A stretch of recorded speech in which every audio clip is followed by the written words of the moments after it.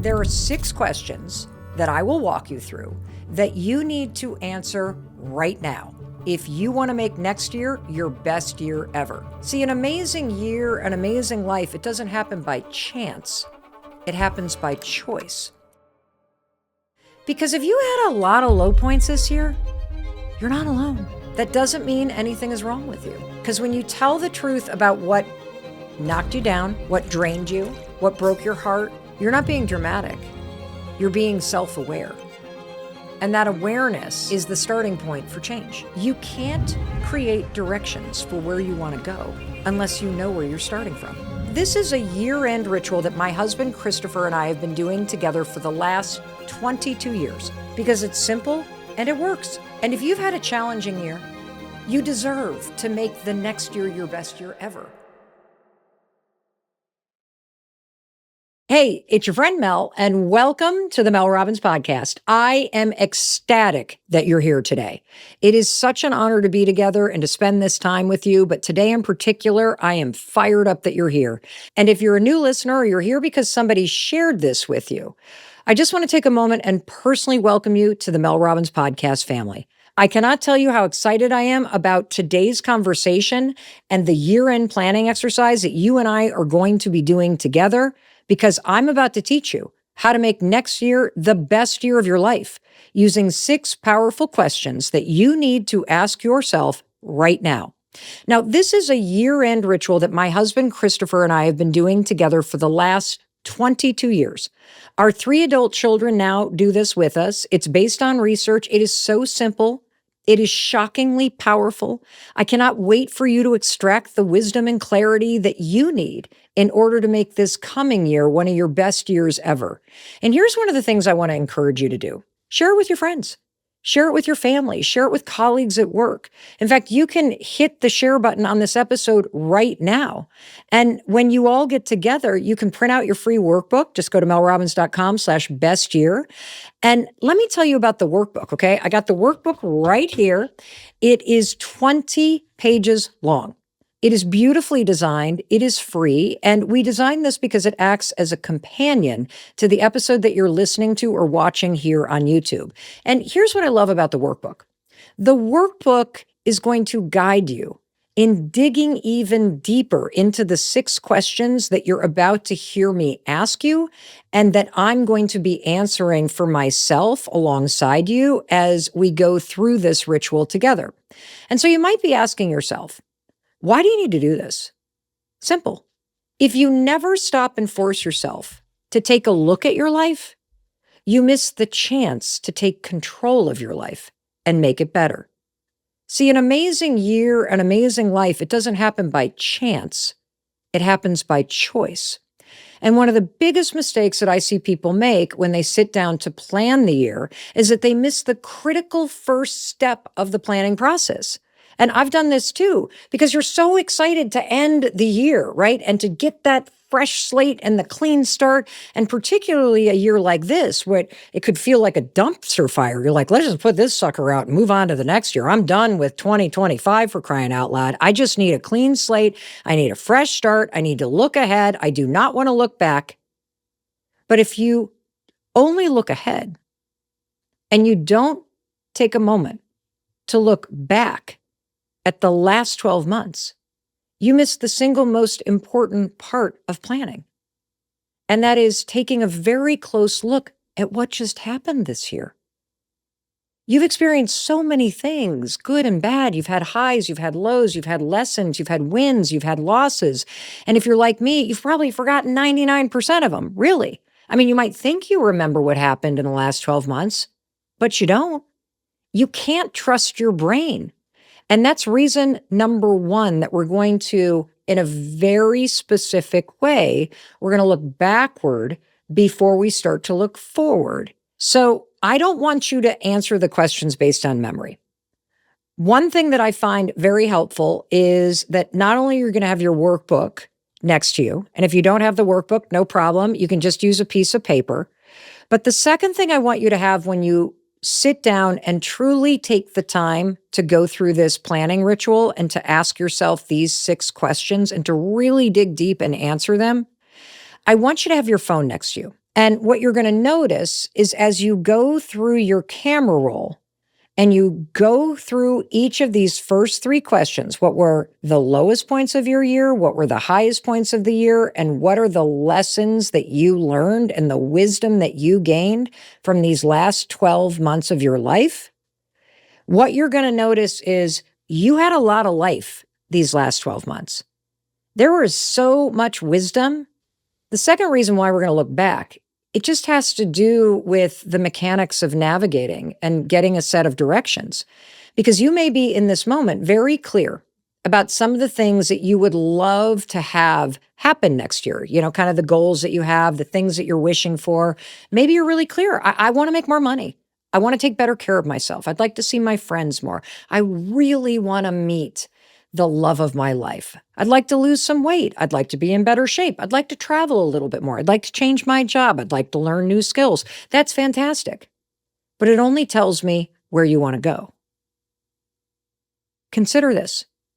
You can't create directions for where you want to go unless you know where you're starting from. In fact, it's mathematically impossible to create directions unless you know the starting point and then where you want to go from there.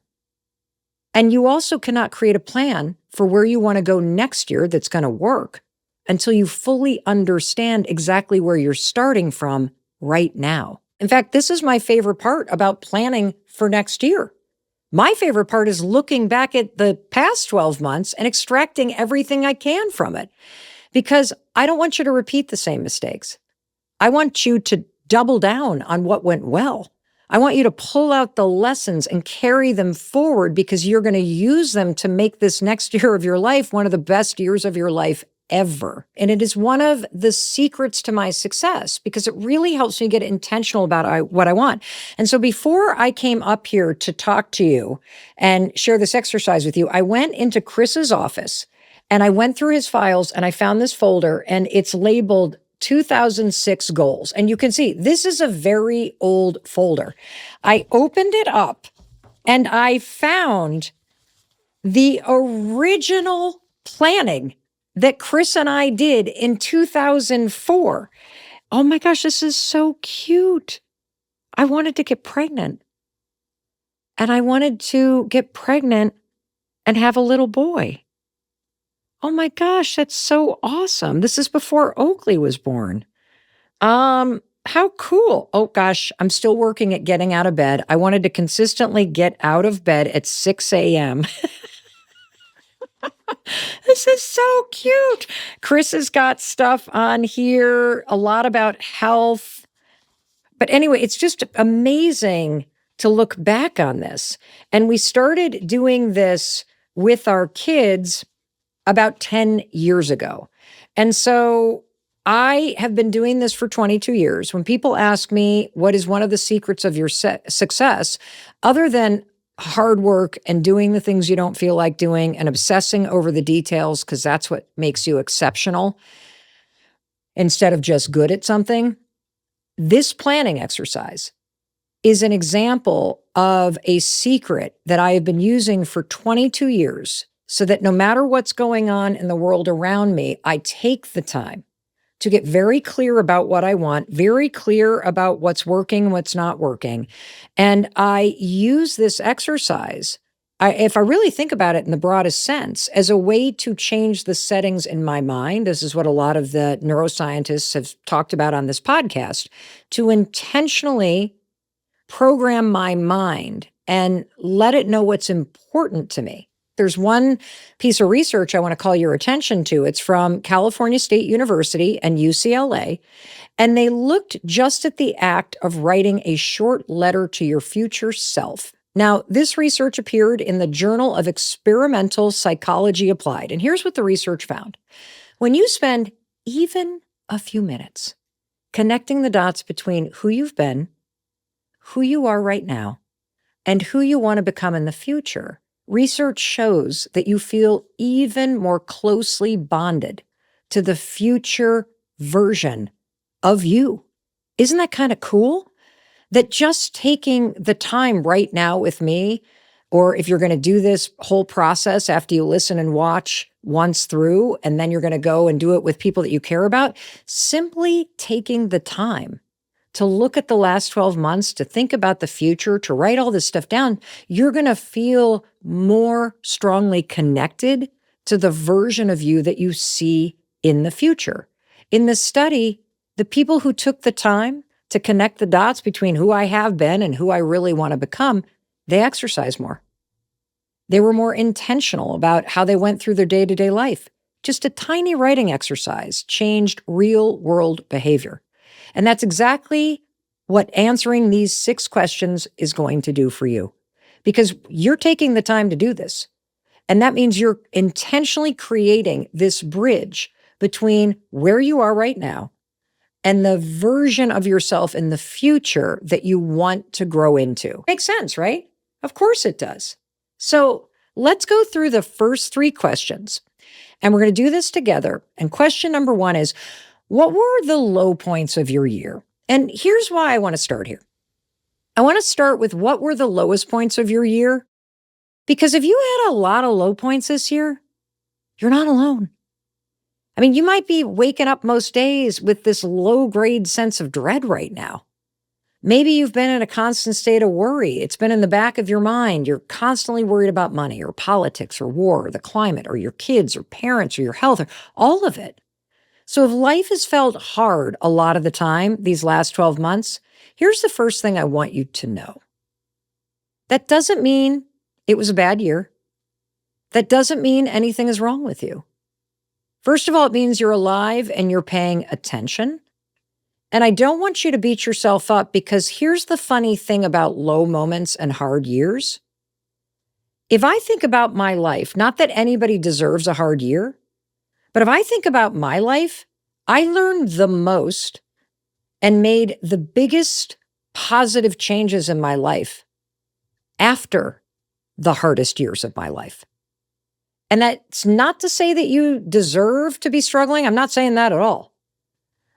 But there is a connection between those years where there's a lot of heavy stuff going on and this internal resolve and just like, that you need to say, I have to not have that happen again. I have to make a change.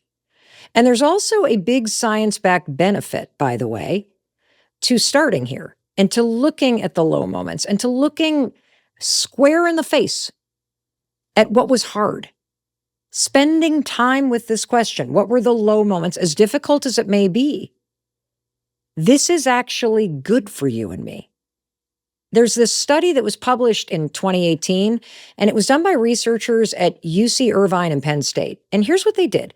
They tracked what happened when people had hard things happen and then just shoved down the emotions, tried to move on, and never sat down to intentionally process what happened or what they're feeling about it. And the research is very clear on this, that you do need to sit down. It is important to just take a moment and face the lowest parts of the year, acknowledge it.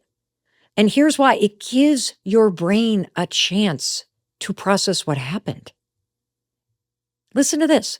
The researchers found that when people don't do this, when you just try to move on, let's just make next year a great year, even though this year was a dumpster fire and I hate it every second. No. Researchers found that if you just try to move on, when you let the negative emotions just sort of stick down deep down there and ignore it, those feelings stay in your body.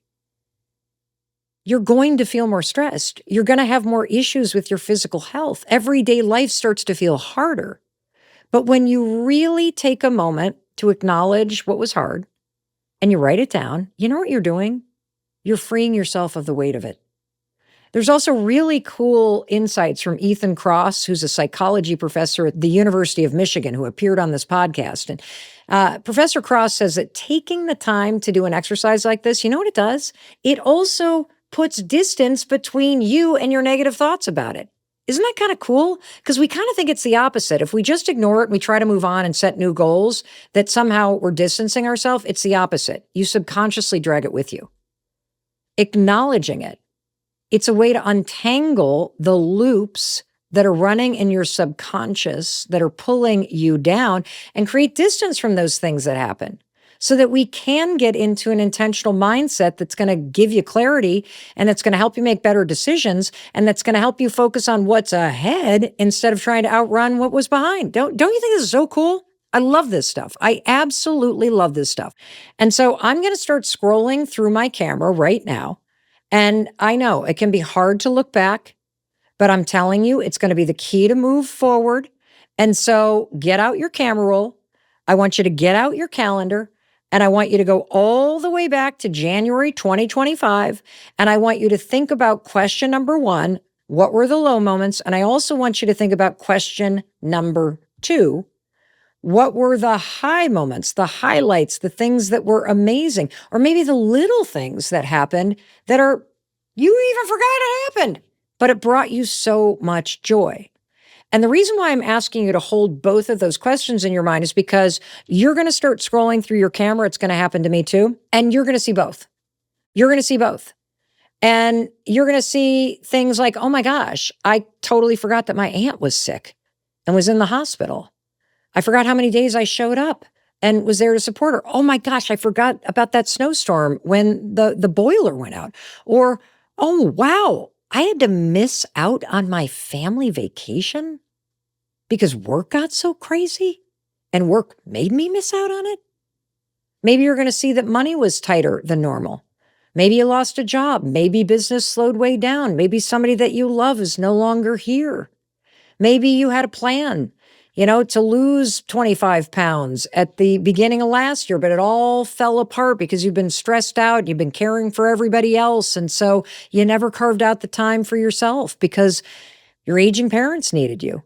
And here's one other thing I'm going to invite you to do.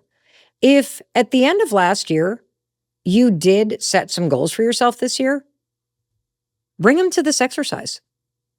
Because maybe you said you were going to get a promotion, or you were going to find the one, or you were going to buy a house, or you were going to get into the program, or that you were going to see your friends. And maybe none of that happened. What I'm going to tell you is it probably didn't happen because you never looked back to understand where you were starting from. Because when you look back and realize, whoa, I spent my entire year taking care of young kids and taking care of my aging parents, and I was in school at night and I was also working full time, you're going to have some compassion for yourself. You're going to realize that part of being successful in achieving your goals is in being realistic about what your life looks like right now and being realistic about what you can fit in and succeed at. And when you start from there, we can create a set of directions to get you where you want to go. We can create something that's both realistic and attainable and also inspiring to dream about. And when you set goals and a vision for how this is going to be the best year of your life that are in direct response to what you experienced in the last 12 months and where you are right now, these goals, they become personal. They're no longer, I should do this because the internet says so. They're you know what? I need to do this. I want to do this. I get to do this because I want to feel better. And this is what psychologists call intrinsic motivation. It's the internal fuel that comes from you having a deeply personal meaning tied to the types of things you want to change this year. Because if it really matters to you to not be lonely again this year, because as you scrolled through the photos, you're like, I didn't spend any time with my friends. No wonder I'm really lonely. It really matters to me. Like, this is something I deserve. This is something I need. This is something I get to do, is to prioritize this. If I saw my friends more, it would be one of the best years ever. Well, when you can connect what you want to do to that deep intrinsic meaning for you, you will do something about it because you know why it matters to you. If you keep seeing yourself standing in the back of every photo because you don't like how you look, if you see yourself taking photos of your family, but you're sitting on the bench while they're off on the hike, if it really matters to you to not be out of breath when you're walking up the stairs, because you're starting to say, hey, some of the low moments is I didn't opt in. I didn't feel good about myself. I didn't participate with my kids or my friends the way that I wanted to. When you connect it to something you deserve, when you connect it to something that will make your year better, when you do it for you because you get to and because you deserve to, that's that intrinsic motivation. That's how we create the best year ever. And that's why you can't skip this question. Okay, here's a major low point for me. I don't even want to show you this photo. This is me on January 26th. I am so sick. I missed a friend's wedding. I had worked myself into the ground. I was in bed for 4 days. Oh, Mel, you really need to take a break, woman. I mean, wow. Wow. Okay, let's keep going back. There's lots of photos of hotels, of airports, of me on the go, go, go. And look, I can't really complain about work because I'm self-employed. I did it to myself. And this year has been just unbelievable. I think it's like the highlight of my career. That said, I did not take care of myself at all. I was inconsistent with exercise. I could get my morning walk in, but you know how all the experts are constantly like, you got to get a lot of protein. You got to do your resistance training. You got to stay hydrated. I did not do a good job of that. I mean, how could I if I was just go, go, go, go, go? It's so hard. It's hard to implement the advice when you're constantly stressed and you're constantly worried and it's not even that it was like negative stress. It was just constantly on the go. And you might see that too, that in and among all the photos, what you're not seeing is you taking care of yourself. You're just seeing yourself on the move and doing things.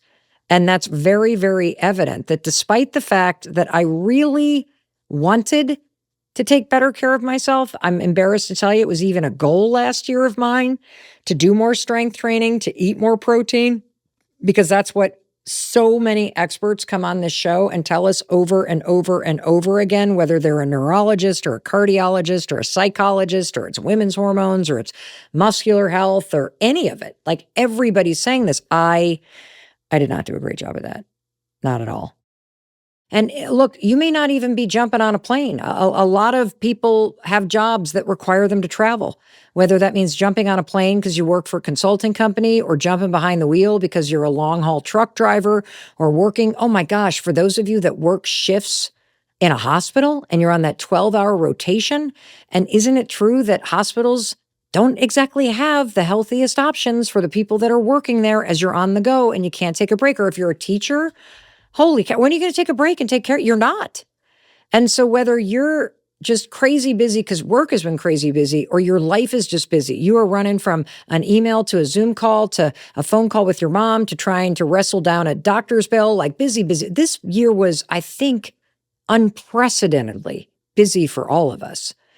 And so I think one of the big themes for me when I look at the low points, if I have to summarize it, is A, I didn't spend enough time with friends.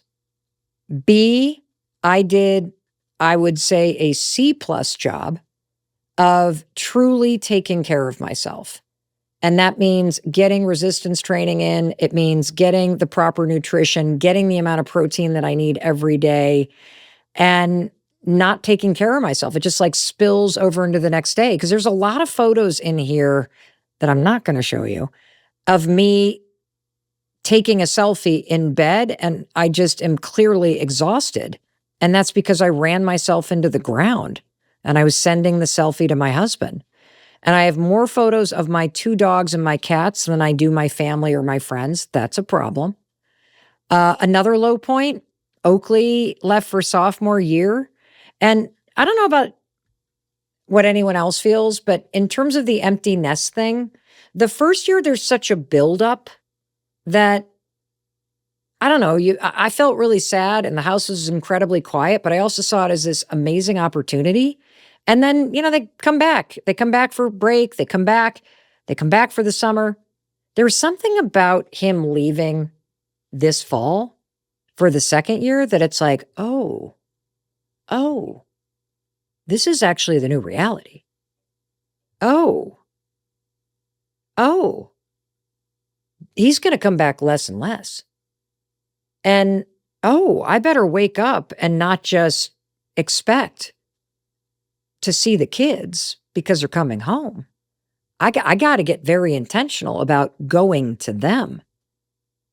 And that's a really important insight that comes from seeing the low point, that the house was really quiet. I worked too much. I didn't see my friends enough. I took kind of lousy care of myself. And that's the truth. That's the truth. I got to do better this year. I just have to do better. Have to do better. And here's what I want you to understand. You see how I'm not shaming myself? I'm just being like, matter of fact, this is what happened. Matter of fact, okay. Because when you tell the truth about what knocked you down, what drained you, what broke your heart, you're not being dramatic. You're being self-aware. And that awareness is the starting point for change. And that brings me to the second question. If we're going to look at the lows, we're also going to look at the highs. So as you're going through here, I want you to look at the things that were highs for you. And it doesn't necessarily mean the big flashy stuff. I mean, one of the huge highs for me is, even though we didn't get a great family photo of the 5 of us, I'm talking like one that everybody in the family would be like, oh, I love that. One of my huge highlights of these last 12 months is I spent a ton of time with family. I made an effort to see my parents. They made an effort to come see me. My husband and I made an effort to go to where our kids were and to spend time with them. We did some really amazing like family things in terms of camping and experiences that we did together.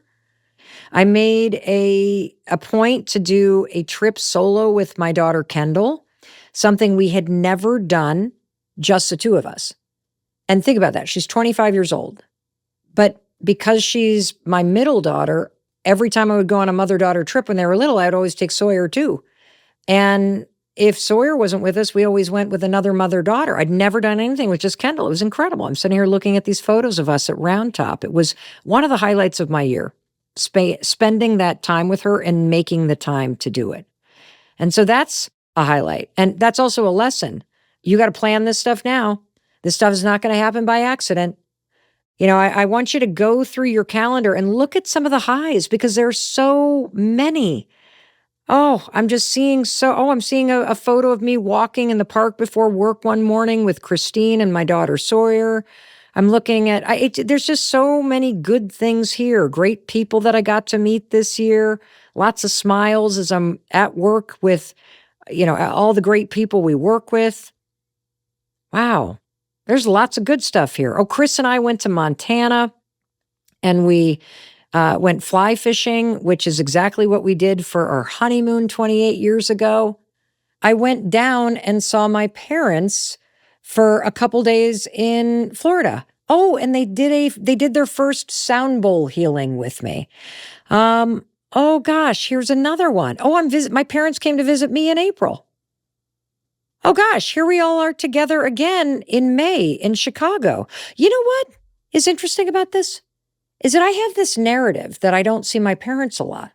And yet here right on my photo roll, before the middle of May, I had seen my folks 4 times this year, which is huge when you consider that we live a 16-hour drive apart from one another. Isn't that interesting? Like you're going to actually see a lot of things in this that might also challenge the way you beat yourself up. Oh, Jesse's baby. Jesse had a baby. It was our first baby here at 143 Studios. The highs show you what you want more of. The highs show you what you're willing to work for. What I also love about the highs is that you're going to notice there are these small moments that really are the big moments. Here's a photo that I'm looking at right now of Chris and Oakley and I. We went and surprised him. He was playing at this big ultimate tournament and he's got tears in his eyes as, he's just hugged Chris and he couldn't believe we were there. That was a huge high for me, that moment.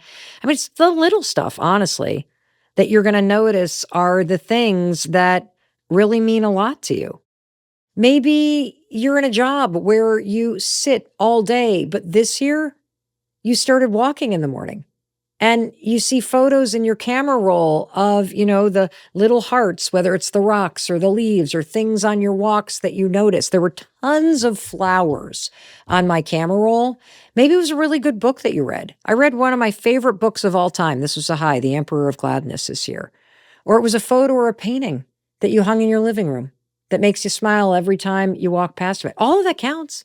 Like anything that puts a smile or a, oh, on, your heart. Oh, one of the most amazing highs was we went to the Coldplay concert. And if you've ever been to a Coldplay concert, they do all these explosions of confetti. In fact, it's the thing that inspired me to shower the audience with huge ticker tape confetti at the Let Them tour. Wait till you experience this if you're coming on tour with us in 2026. And there are all these photos from this summer when we were at the Coldplay concert and the confetti flying through the air and our kids in it. That is something I'm going to remember. The smile and because the more you look for good things, the more you see them. And, I've already said that I kind of feel like I am in the single biggest moment of my career. That what has happened this year in my life, in my career, with this podcast, with the Let Them Theory book, it is nothing short of jaw-dropping. Like never in my wildest dreams could I have imagined what has happened. And so I do want to take a moment and just thank you because you're a huge highlight of my year. The way that you showed up for yourself and started listening to a podcast that makes you feel good and that empowers you to make changes in your life that make you feel better. We are the #1 most followed show on all of Apple Podcasts. Are you kidding me? My jaw's on the floor. The #1 most shared episode on all of Apple Podcasts is a Mel Robbins podcast episode, the one that we did with Dr. Stacy Sims from Stanford, who came on and taught us how to do the body reset. In fact, I was joking with her this morning. I'm like, I blame you, Dr. Sims. I blame you because you're the one that told me I had to start doing resistance training. You're the one that told me the importance and the critical nature of getting complete protein in my life. You're the one that put me on this journey of understanding that I needed to do this because it's very hard to get the amount of protein that you need. It's very hard to do the resistance training when you're constantly as busy as you and I are, but we're doing it. I mean, another thing I have to thank you for is the Let Them Theory book. The Let Them Theory book is the #1 book in the world. And look, you can write a great book and it can do really well. And that's an incredible thing that is very, very rare. But the Let Them Theory is almost beyond description because it has become an actual phenomenon. You don't just have a book come along that 8 million people read or listen to in 11 months.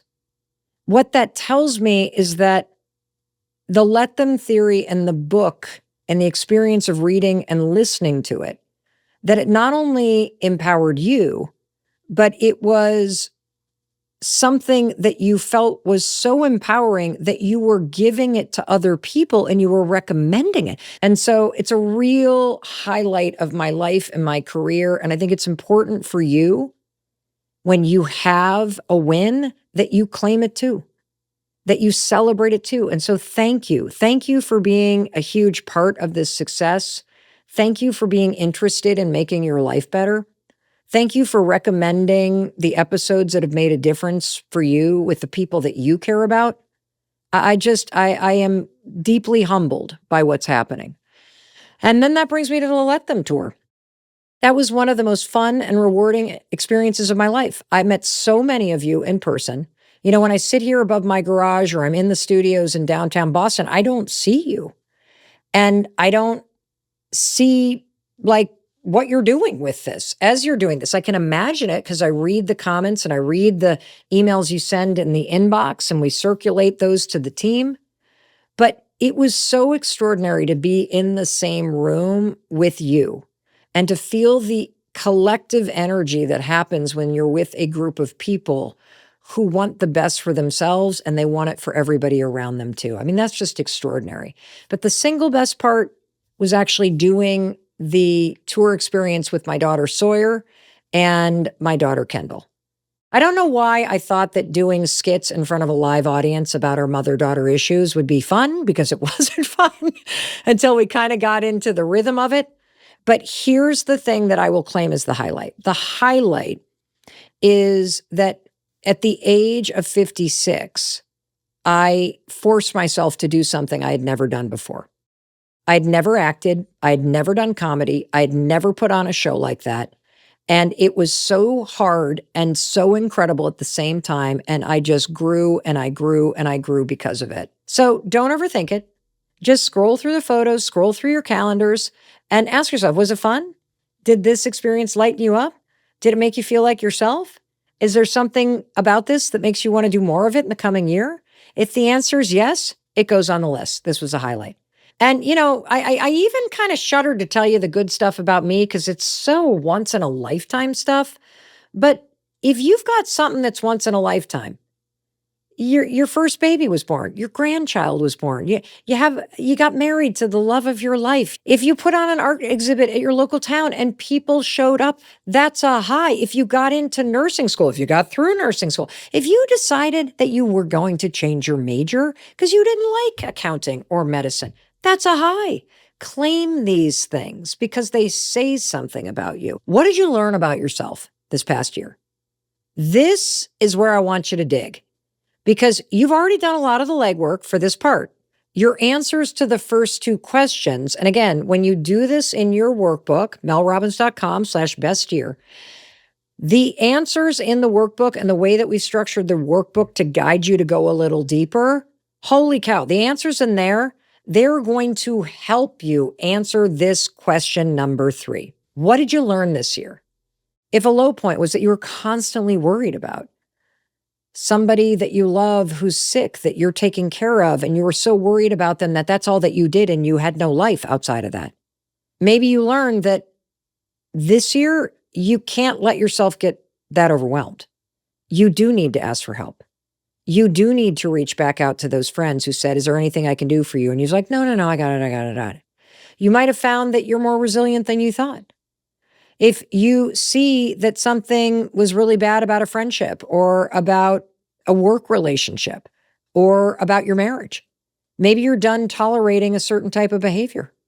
Maybe you learned that you're capable of changing your careers or that you need help with your mental health. And there's no shame in that. See, the highlights and the hard parts, the highs and the lows, they're not just memories, they're data. Those experiences are telling you something about what you like, about what you don't like, about what you need more of, what you never want to go through again. And so just sit with this for a bit.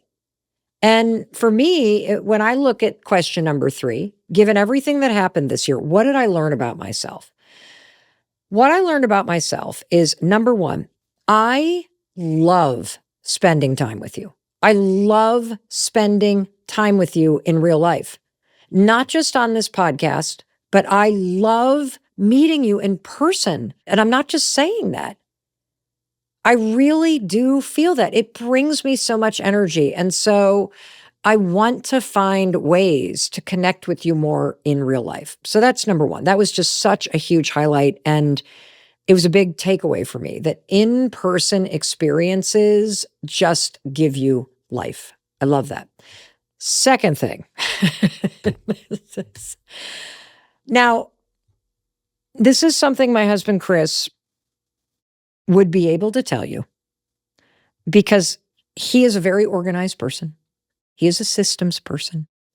And he knows that this is a challenge for me.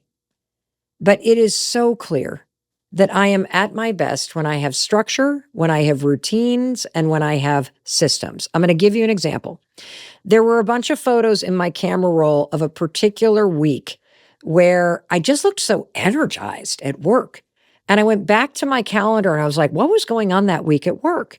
And I realized, oh my gosh, I had meal prepped. I know this sounds so dumb, but there's this particular soup. I've talked about it before. It's swamp soup. The recipe comes from Wishbone Kitchen. It's this green mess of a soup with chicken and rice, and I love to make it. But I started making it in September. And I would then bring it down to our studios in Boston, and I would eat this chicken soup all week. So I was getting enough protein, I was getting proper nutrition, and I felt phenomenal. I was in control. I was less impulsive. I was focused. I was energized. I was waking up early enough to go to Pilates or use the hotel gym. I mean, it was a complete contrast to the weeks where we would be taping the podcast episode. And I'm like, I don't even know what to eat. I'm tired. I'm sluggish. I'm moody. I'm unfocused. So the bottom line is I want to feel healthier in my life. And I cannot and do not plan to overhaul it. I need simple, repeatable structures and systems that I can add into my day that give me the proper nutrition, because it's like a domino effect. When I eat healthy, when I'm getting whole foods, when I've prepped my meals, when I'm getting enough protein, I feel great. I sleep better. I wake up earlier. I exercise. For me, it's like that domino that falls, and the rest of it's easier. The third lesson for me, it's a huge one. And I know this, but this is why this is so important. The things that you know are important, you need to be reminded of them. Like, I realize that it's obvious advice to say, if you want to see your family more, freaking get out your calendar and schedule more time with your family. But life is so busy and a year goes by in a blur that this slowing down and looking back really sears into your cellular structure. What's important to you? And my relationships are the single most important thing in my life. And they're the most important thing in your life too. And the reason why I started the year on a trip celebrating my dad's 80th birthday is because 2 years prior, we had put it in the calendar. The reason why I saw my folks a lot this year is because we made the plan to do it. The reason why I spent a lot of time with my kids one-on-one is because I made the effort and I made the plan. The reason why I saw my friends in Montana is because we scheduled it in. And it's a reminder of how fast a year goes, how fast it's just all over. It puts into focus that love, it's really the only thing that matters. I mean, isn't that the truth? And I need to keep that front and center, because the things that were the highs about my life this year were all about other people. And this is backed by research. Professor Carl Pillemer at Cornell University, he runs Cornell's Legacy Project, where he studies people in their 80s, 90s, and their 100s. And they look at what are the top regrets of people who are nearing the end of their life. And their top regret is leaving things unsaid. It's not spending time with the people that you cared about when they were here and when you had the ability to do it. Another piece of research, the Harvard study of adult development, relationships are the number one predictor of whether or not you live a good life. And this year, every single high that I had was because I was spending it with people that I love. And I am proud of myself of building good habits. That's another lesson. I'm proud of myself, and I want you to look at what are you proud of? Like, there's a bunch of habits from the experts that were on the Mel Robbins podcast this year that I really was good about, despite how busy things were. Number one, I was fantastic about getting out for a daily walk. No matter where I was on the planet, I was out for a daily walk. And I see myself all over the place walking, a lot of times alone, because I'm traveling for work, but I'm still doing it. I got rid of the plastic cutting boards in our kitchen and all the plastic containers that you store things in. I feel good about that. My husband and I both go to therapy, and it's really improved our relationship. And I certainly feel like a better version of myself.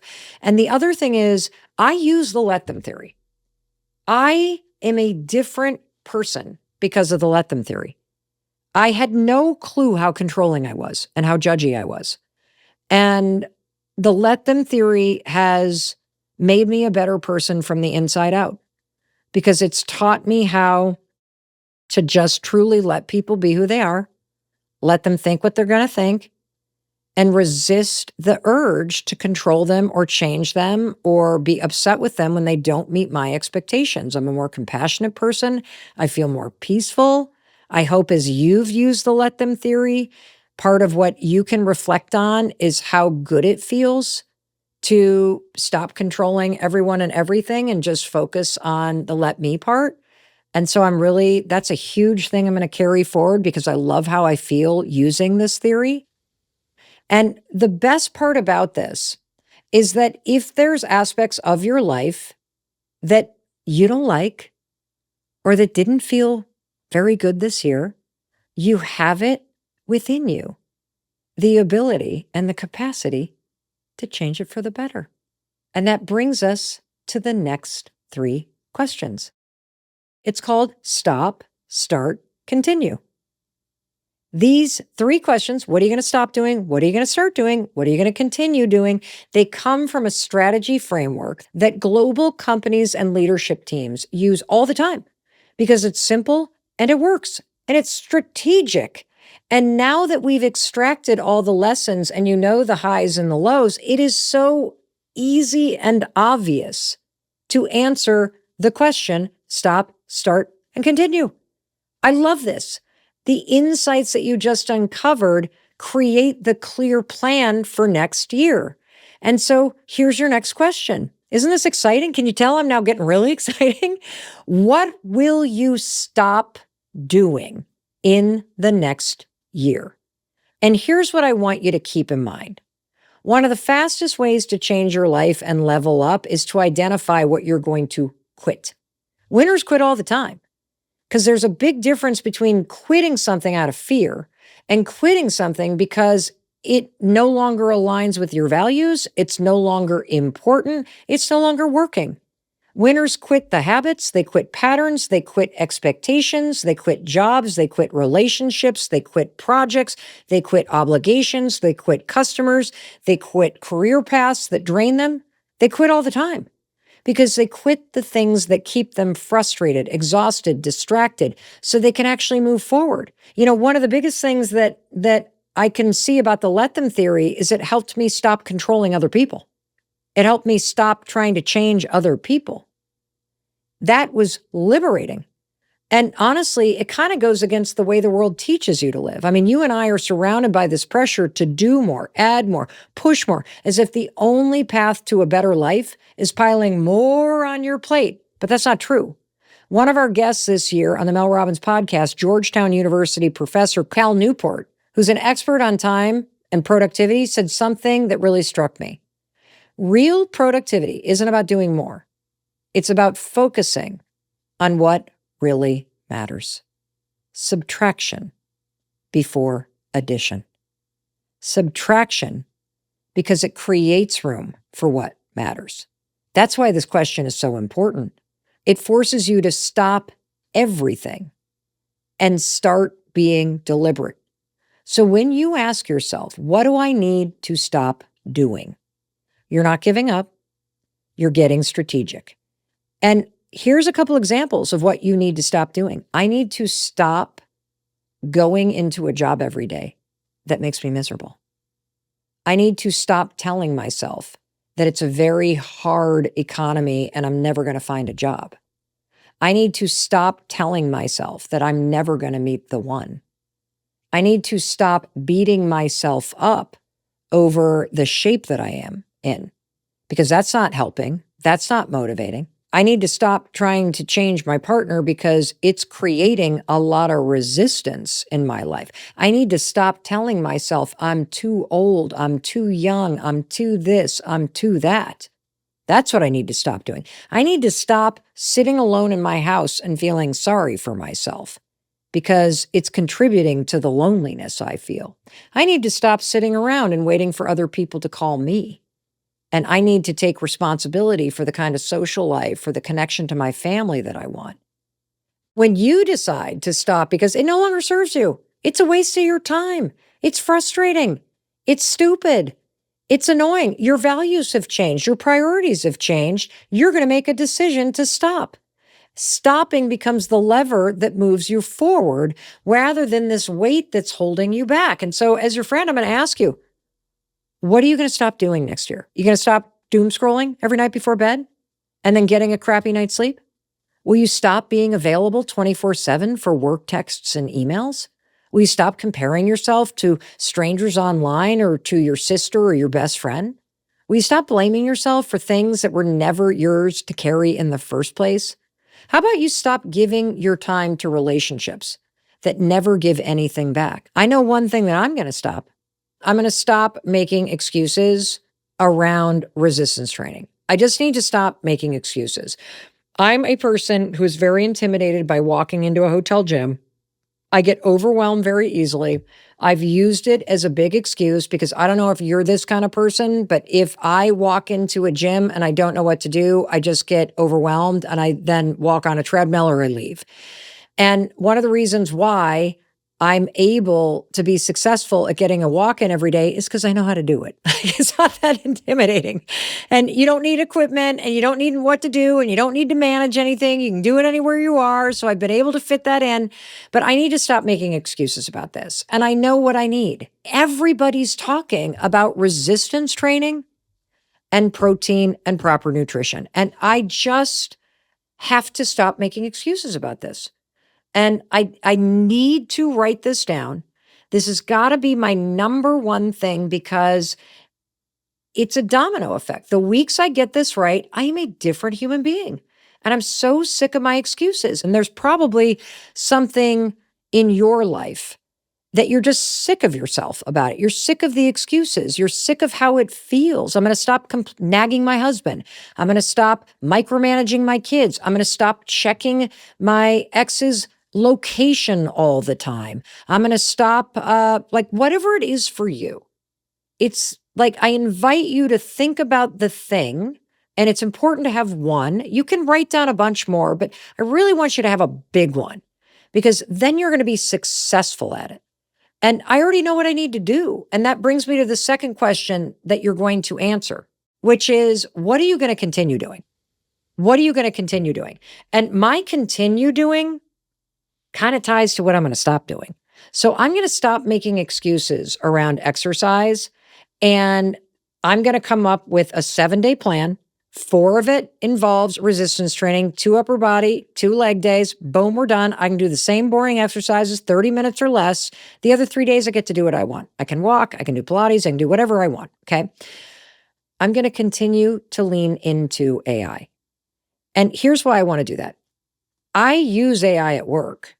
We have incredible tools that we have built that are really amazing for how we run business. But I realized I'm not leaning into it in my personal life. And I had this epiphany when we did an episode this year about AI with an expert on AI. And I just kept thinking about how little I know about it when it comes to how you can use it as a tool to help you be more of yourself, to help you find time to do the things that are super meaningful for you. I mean, right now, if I'm being honest with you, I kind of use AI personally almost like Google. You know, you type in something and you're searching for something. And to me, this is really important to just share about because I really do think women in particular, and those of you that are a little bit older like me, as a 57-year-old woman, I do not want you to be left behind. And women, they estimate, are falling behind at a rate of like 25%. And just consider that this moment is sort of like saying, oh, I just don't want to learn email. I don't want to use a cell phone. Okay, well, that's your choice, but how are you going to connect with people? How are you going to be successful in a job? How are you going to be able to stay in touch with your kids or your grandkids? And on that topic, I want to know what my kids are using. And I do have concerns like you do about how fast AI is evolving and how unregulated it seems. I'm concerned about the impact on the environment. I'm concerned about privacy and about data. But how could I possibly be an effective advocate for regulation or change if I don't even use it or understand it? It's easy to sit on the sidelines and cross your arms and complain about all the things that are scary, but you're going to be much more effective at being part of a positive change if you actually understand how to use it. And so here's how I'm using it. I figured out the other day, because we wanted to meet our son halfway between where we live and where he lives on a Sunday night in the middle of nowhere in Vermont. And I asked it to help me find all the options for places midway that we could meet, restaurants that were actually open and that had a place to walk the dogs within a mile of the restaurant. Honest to God, this is what and it spit it out in like 10 seconds. I was like, what? And then I asked it a few more. So it helped me be able to make decisions and connect with Oak. So I'm going to continue leaning into it, because now that I've kind of gotten a taste of how it can help me, I mean, this is going to sound weird, but almost feel a little bit more human. Like, I don't want to spend time stressing about that stuff. And so I'm going to continue leaning in and finding ways to save time and solve problems so that I can focus on the stuff that's meaningful. And that's it. And so do you see how stopping something doesn't mean a dead end? Continuing something doesn't have to feel like an obligation. You're kind of just rolling things forward. Here's another thing I'm going to continue. I am going to continue scheduling time with friends in advance. In fact, yesterday, as I was getting ready for this episode and I was starting to scroll through my photos, I saw that one of the highlights was going to see friends in Montana. So what do? I said to Chris, we got to see those guys again. Please call the golf course and please find if there's some kind of tournament that we could all do. And sure enough, Chris found a tournament for next year in September. And I'm going to, and we sent a text to our friends saying, hey, are you guys available this weekend in September next year? So I'm going to continue being super proactive about finding time for friends, scheduling time with family, finding events to go to, because it makes a difference. I'm also going to continue going to concerts, because two highlights of my life were seeing Coldplay and Noah Khan. I can't stop talking about it, and I got to continue doing that. Okay, you see how this works? And so what are you going to continue doing? Are you going to continue to make time for your family and your friends? Are you going to continue to learn about AI or do skill building? Things that you've been wanting to make time for? Are you going to continue to show up for your family? Are you going to continue going to school or continue like improving your skills at work? What do you want to continue doing? Continue seeing your friends? Do you want to continue the pickleball league? Do you want to continue drinking more water and hydrating and taking great care of yourself? Do you want to continue that evening routine? Do you want to continue the morning walk and listening to this podcast and audiobooks and other things that really help you improve your life and learn? Do you want to continue to surround yourself with the people that lift you up? Do you want to continue to garden and pursue the hobbies that really like make your heart full? Do you want to continue to sing in the church choir or continue learning the guitar? And one of the things that I hope you'll put on the list is that you're going to continue using the let them theory, that will continue protecting your peace. You'll continue really protecting your time and energy. You'll continue to feel empowered. You'll continue to work on accepting people for who they are, who they're not, and continue to draw better boundaries around the people that, gosh, they just are who they are. And that's never going to change. And so maybe you're going to be one of the millions and millions of people that say, you know, I'm going to continue using this let them theory because, boy, it's really working. Okay, final question. What are you going to start doing this year? This is the question where you get clear on what you're going to begin. And remember, a start doesn't have to be dramatic. Maybe you're going to start walking with a neighbor 3 mornings a week, or you're going to start a walking group. I did that when I first moved to Vermont. Guess what? It's something that still continues. Maybe you're going to start therapy. Maybe you'll start going to bed 30 minutes earlier and for real, not sleeping next to your phone. For real, like putting it in the other room. Maybe you'll start showing up differently at work and you'll start speaking up for yourself and sharing your ideas in meetings. Maybe it's traveling, even if it's just taking a day trip or speaking another language, or you're going to start dating again because this last year was the year that you had your heart broken. Maybe you'll start writing that book that you keep putting on the back burner. Maybe you're going to play the piano again. You stopped when you had kids, but now that you're an empty nester, now you're going to start again. I want you to rediscover all the fun and the challenge of starting something new. And when it comes to what I'm going to start, this is a big one. There's a lot of little things that I'm going to start, but I want to tell you about this big one. And I can't even believe that I'm saying this. This is the first time I have said this out loud. I feel a little weird. I have butterflies, but you're the first person that should know. I am starting a new company and I can finally tell you about it.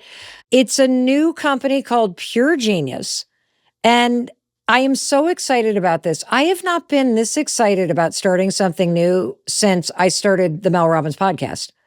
And this is a personal thing that has happened for me. And so I kind of want to tell you the story because you've heard me complaining about how this entire year, a lot of the lows was that I was traveling and I let myself go. And I found it incredibly hard to eat healthy and to get the amount of protein in that I needed and to build muscle. And I know you find it hard to do those things too. This goes back to the beginning of the podcast. I looked back at all the experts that have been on the Mel Robbins podcast. I have a list here. This all began back in June of 2023, episode number 77. We had Dr. Amy Shaw on, and she is a triple board certified Ivy League educated medical doctor who talks all about nutrition and health. And she started talking all about the importance of protein. And then 10 episodes later, she came back to talk about menopause and hormones and the absolute critical nature of building muscle, of resistance training, and of protein. And from that conversation on, because I'm in menopause, I have been focused on how can I build more muscle? How can I eat more protein? How can I leverage all this science to manage all the changes? And here's what I found. It is so hard to stay on top of this. It is so hard to get the amount of protein that you need. First, it was Dr. Amy Shaw. Then came Dr. Gabrielle Lyons talking all about muscle-centric health and protein. And then we had Dr. Vonda Wright, Dr. Stacy Sims, which, by the way, Dr. Stacy Sims came on the podcast and she talked all about how essential protein and resistance training is. This is the same Dr. Stacy Sims and the same episode that Apple just named the number one most shared episode of all podcasts in the world of the entire year.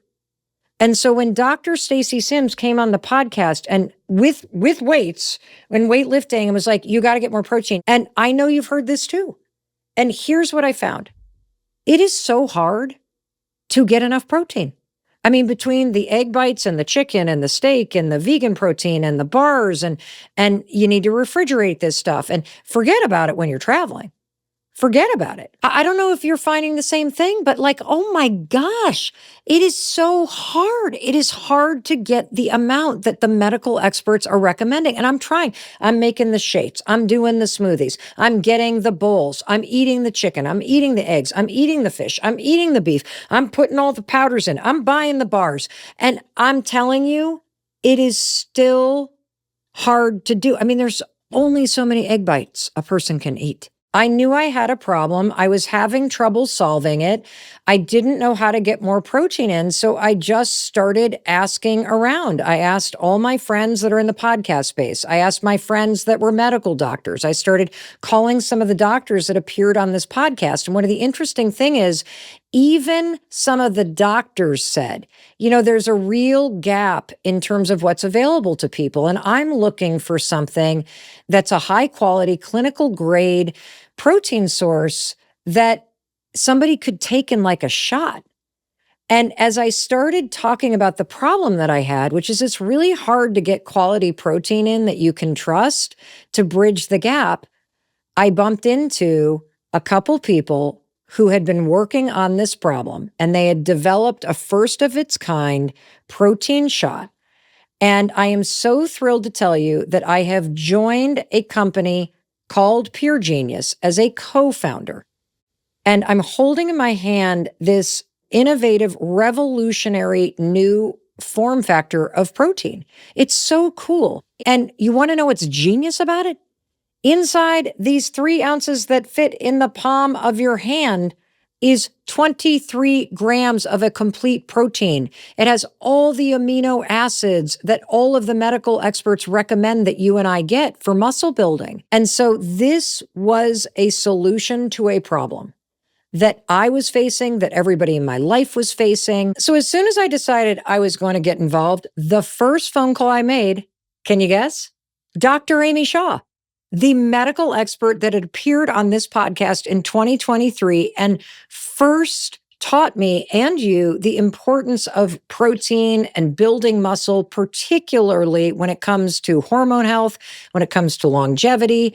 And so I called her and I said, Dr. Shaw, I am going to jump into this project. I'm really excited about it. Would you ever go to California with me and go to the lab and kick the tires with me? Because I'm not the expert in this, but you're the expert in this. You're triple board certified, Ivy educated medical doctor who's recommending protein. Will you come and check this out? And she's like, of course I will. So we hopped on a plane. We went out to the labs in California. We met the scientists. We were involved in the tasting. We looked at the ingredients. We changed things to make it better. We have been behind every single decision related to the rollout of this product. And here's the reason why the name Pure Genius is perfect. Because any tool that's simple, that is trustworthy, that solves a problem, and that's backed by research, and a normal busy person like you and me can fit it into a busy life without really thinking, that's genius. Now, it's not available to buy just yet, but I want you to get on the wait list if you're interested in learning more. And so I'm not selling you anything. I'm just excited to tell you about this because it's everything that I try to be. It's a simple solution, it's smart, and it's easy to fit into a busy life, and it's backed by science and research. Isn't that genius? I sure think it is. So if you want to learn more, just go to puregeniusprotein.com. There's a wait list there. We don't have any to sell you at the moment. It is coming, but that's what I'm starting this year. I'm starting a whole new company. I have incredible co-founders. I am so excited to share with you all the research and everything that I've learned about protein. I'm excited to introduce you to our world-class founding scientific board, but I am honored to be able to share that with you. And as you think about what you want to start, you can either go big, you can go, but you got 12 months. You don't have to start a new company in January. I mean, I'm telling you this and it's December.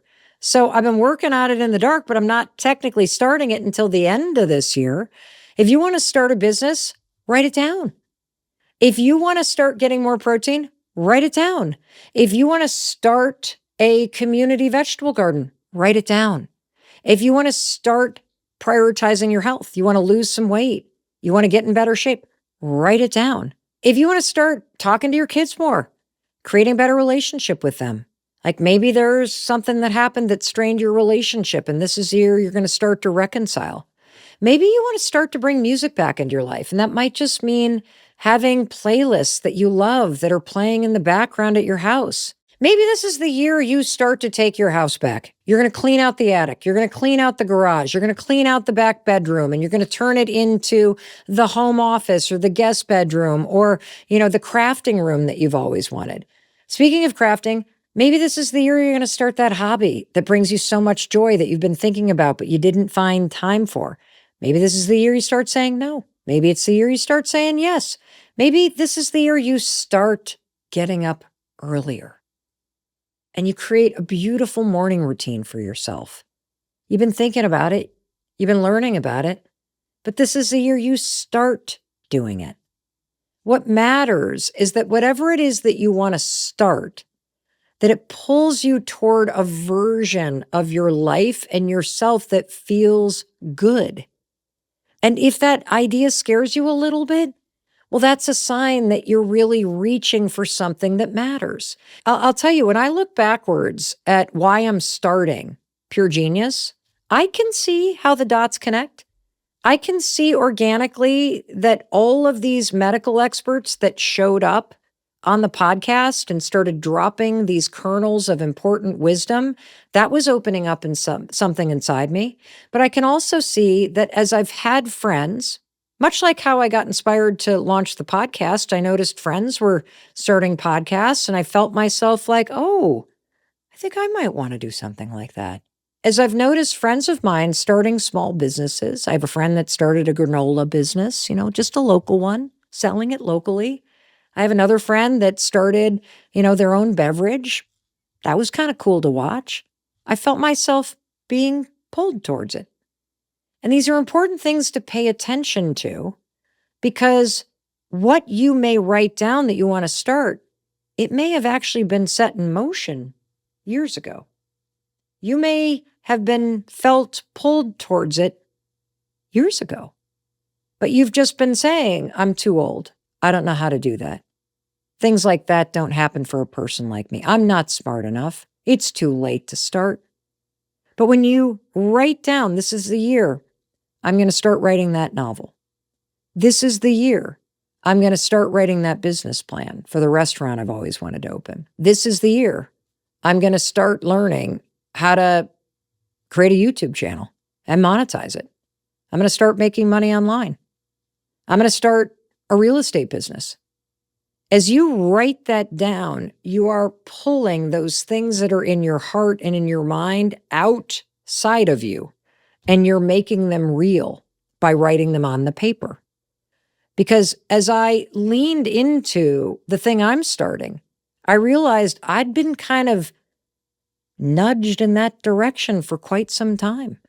I guess I just wasn't ready to start just yet.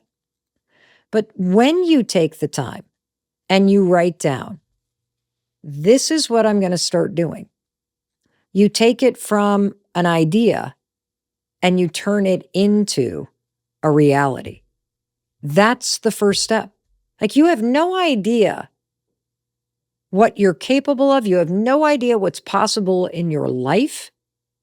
But one thing is for sure, you will never figure that out if you don't find the courage to write down what you're going to start doing this year. You now have laid the groundwork for the best year ever because you are clear about who you are. You are clear about what matters to you. You are courageous about the things that you hold in your heart that are possible for you. And you have written them down. And that right there is how you create the best year ever. And I promise you, there is something about this exercise. You're going to want to do it again and again and again. It's that cool. It's that powerful. I'm so excited that you're here. I'm so excited that you have your workbook. Again, you can get that at melrobbins.com/best year. I want to thank you for sharing this with people in your life because when they're energized, I'm so energized about this new thing I'm doing. And that's why I want you to swing for the fences when you do start. Because if you take on something that you don't know how to do, you take on something that's new, you take on something that you're interested in, it infuses you with so much excitement. It makes you interesting. It makes your life interesting simply to take something on where you're going to learn and you're going to grow. And boy, do I want that for you. And in case no one else tells you, I wanted to be sure to tell you that I love you and I believe in you and I believe in your ability to create a better life. And what you and I just did today is the step-by-step roadmap for how you do it. Alrighty, I will be waiting for you in the very next episode. I'll welcome you in the moment you hit play. Thank you for watching all the way to the end here on YouTube. Do not forget to get your workbook. Thank you for sharing this with people that you care about. Thank you also for hitting subscribe. I mean, of all episodes, this is one to hit subscribe. It's free and it's how you say, hey, Mel, thanks for showing up and supporting me. Hey, Mel's team, thanks for showing up and supporting me with all this free stuff.